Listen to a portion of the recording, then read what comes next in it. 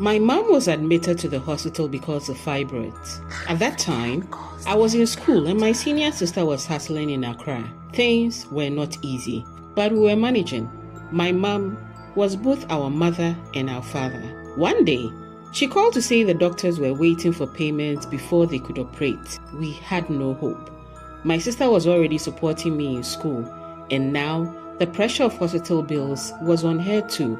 Every day, my mom would call to ask if any money had been gathered. Her condition was getting worse. One day, one of the doctors overheard her conversation with the nurse and realized how difficult things were for her. He told the nurse to prepare her for surgery the next morning and said she would be his first patient. By God's grace, the operation was successful and my mom fell asleep afterwards. While she was unconscious, something unbelievable happened. My grandmother, who had passed away decades ago, reportedly showed up at the hospital. She asked the nurse on duty about her daughter and said she had come to sit by her. She even brought provisions. The nurse said my grandmother paid all the hospital bills and the cost of the medication. For 3 solid days, she stayed by my mom's bedside, cleaning her and changing her clothes. On the 4th day, just before my mom regained consciousness, my grandmother told the nurse she was going to the market to sell the rest of her fish. The nurse asked her to wait and greet her daughter, but she said, "I have no time." That was something she always used to say whenever any of her children were sick.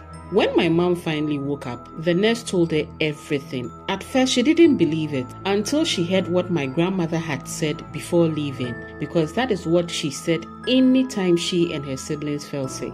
Money was also found under her pillow. My mom didn't cry, she simply gave thanks. Today, she is strong and healthy, and she always thanks God and her mother. Some things in this life are difficult to explain.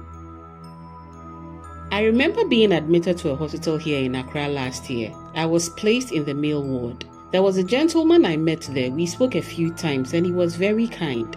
He kept encouraging me, telling me I would be fine. On the 3rd day, he passed away. Very early the next morning, around 4 a.m., I was asleep when some noise from the nurses woke me up with their movements. That was when I realized he was gone. They covered him and later came to take his body away. I cried deeply because I felt an overwhelming sadness. Later that afternoon, while I was dozing off, I suddenly saw him standing right in front of me. This was not a dream. My eyes were wide open when I saw him. I became extremely cold and started shaking uncontrollably. My bed was close to the window, so I immediately asked the nurse to change my bed. They refused and said I would have to wait until someone was discharged.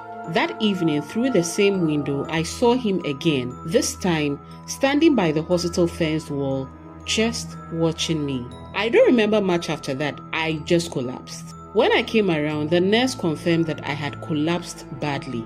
I immediately called my brother to come for me. I insisted on leaving the hospital that same day. I paid the bills and I left, even though I wasn't fully well.